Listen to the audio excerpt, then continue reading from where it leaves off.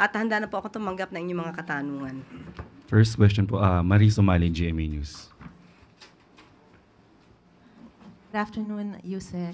Ma'am, you mentioned a while ago that the president is one with the nation in their calls to make the liable answerable to, or to be held accountable for their for the issues on flood control and budget insertion. But one of the major calls also in the rallies yesterday was for the president himself to be held accountable, if not by virtue of direct link, by virtue of command responsibility. What is the reaction of the president to these calls? And let me just also clarify what you mentioned yesterday in the interview in the special coverage of GMA. Is the president willing to appear before the ICI if there will be evidence that will link him to those issues? Ang ICI po ay isang independent commission. Kung ano po ang maibibigay sa kanilang maliwanag na ebidensya, wala naman pong pagtututol ang Pangulo dyan. Kung sasabihin po natin na command responsibility, siguro magbigay na lamang po sila kung paano nila ililink ang Pangulo patungkol dito. Tandaan po natin, ang Pangulo ang nagpasimula nito. Hindi mabubukas ang ating isipan, hindi mabubukas ang ating mga mata, hindi mabubukas ang ating tenga kung hindi mismo si Pangulo Marcos Jr. ang nagpasimula ng pag-iimbestiga na ito. Nais ng Pangulo na managot ang dapat na managot. Ma'am, just a follow-up. There were also calls for the president to sign as urgent the anti-dynasty bill. Pwede po ba kaming humingi ng reaction lang dito? Pag-aaralan po ng Pangulo kung ano nasa sa loob po ng bill na yan. At tignan po natin kung ano magiging reaction po niya. And one last. Reaction din po ng palasyo dun sa sinasabi ng mga tao na for also the Vice President to be tried for the issue on intelligence funds. Again? Kasi ang panawagan po ng mga tao yesterday, Pangulong Bongbong panagutin, VP Sara litisin. So, meron din po kay VP Sara. So, yung may mga efforts pa ba for the Vice President to also be tried on the issue that was linked to her before? Kasi parang ang dating sa mga tao, parang nakalimutan na yung issue on intelligence funds. O siguro panawagan po ito sa mga nag-iimbestiga, sa maaaring mga complainants, kung may mga ebidensya naman po, dapat kumilos na rin po sila. Lahat naman po ay dapat managot. Kung dapat na sangkot or sila ay sangkot sa mga maanumalyang, let's say, mga corruption. Hindi lang pang flood control projects po. Lahat ng korupsyon na sila ay may ebidensya, dapat pong panagutin ang dapat na managot. Thank you. Follow-up question, Ivy Reyes, Bilyonaryo. Hi, ma'am. Good afternoon. Ma'am, with the calls for the president to step down and be held accountable, not just from the camp of the Dutertes, but from progressive groups as well, there are sentiments that the president is at his weakest right now. Your thoughts on that po? At his weakest? Ito pa bang panahon na to? Na siya po ang nagpaimbestiga? Hanggang ngayon po, maraming ginagawang aksyon para mapanagot ang dapat na mapanagot. Ang dami na po na napaaresto, marami na po rin na kinasuhan, marami na po na naibalik na pondo. Ito pa ba yung weakest na masasabi natin? Meron na pong kilala, mga ma-impluwensyang tao na ngayon ay nakakulong na. Yan pa po ba ang sinasabi natin at his weakest?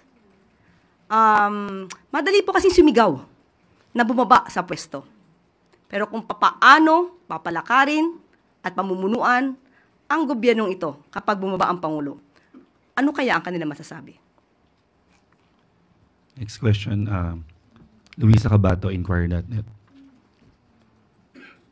Good afternoon po, Yusek. What are your thoughts po sa sinabi ni Representative Paulo Duterte sa comment nyo last time about sa 500 peso Noche Buena?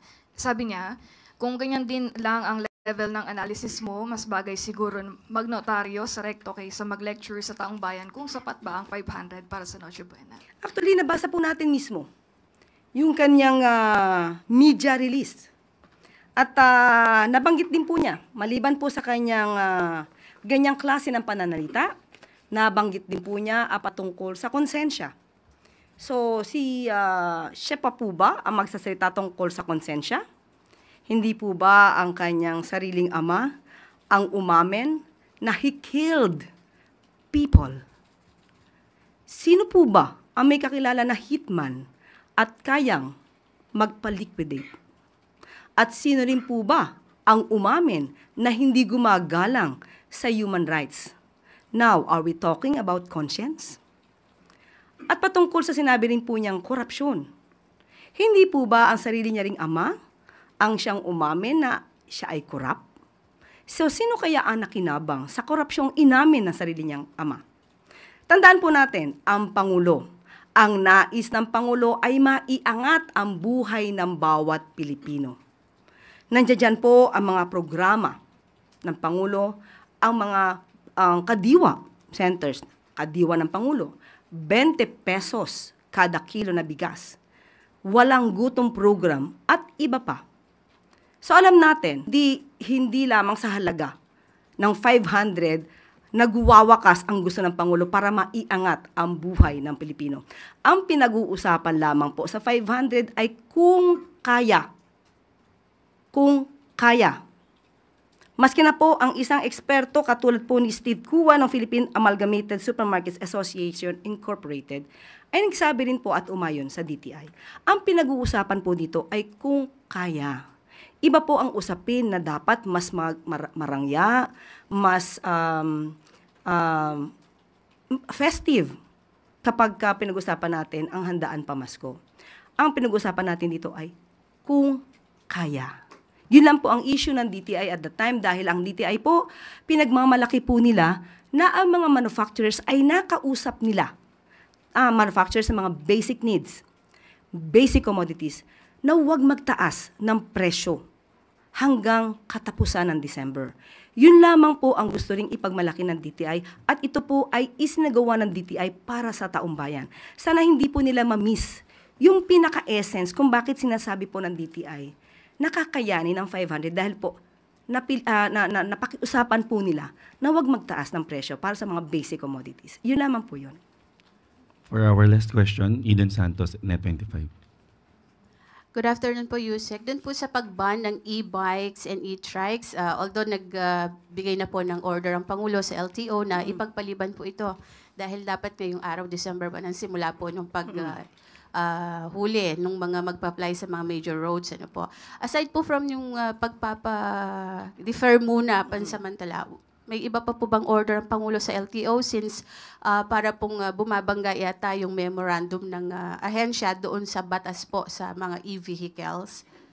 Kailangan po bang pahirapan yung ating mga kababayang mahihirap na gumagamit po nitong mga e-trikes and e-bikes dahil mas mura at nakakatulong din po sa kalikasan?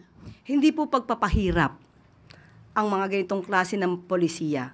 Ito po ay para sa kasiguruhan ng safety ng gumagamit ng e-bikes, safety sa mga kababayan natin, at tandaan po natin, motorized vehicle po ito. At may batas din po tayo na dapat sinusunod. Hindi po ibig sabihin na kahirapan ay dapat na nating suwayin kung ano yung batas. Ang pagdisiplina po ay hindi para banggain ang issue ng kahirapan. Hindi po issue ang kahirapan dito. Issue to ng pagtupad sa batas para po masiguro ang safety ng bawat isa. Pero yung pong Republic Act, yung EVIDA law na sinasabi, Yusek, hindi po kaya yun kaya bang i-override nung memorandum ng ahensya? National highway lang po naman ipinagbabawal ang mga e-bikes. Hindi naman po sa mga secondary roads. Sana po maintindihan po kung bakit merong ganitong klaseng polisiya. Ito po, again, ay para sa safety ng ating mga kababayan. Okay? Follow-up question na po sa Mel Medinilla. Ma'am, balik lang po ako dun sa investigation na na-mention kanina. Na-mention nyo rin po dati na parang may hindi pa sure kung magkakaroon ng internal investigation regarding dun sa 100 billion na allegation. Tapos yun po yung nag-result ng pag-alis ni Executive Secretary Bersamin at saka ni DBM Secretary Pangandaman. Itatanong ko lang po kung may update kung nagkaroon na po ba ng internal probe doon.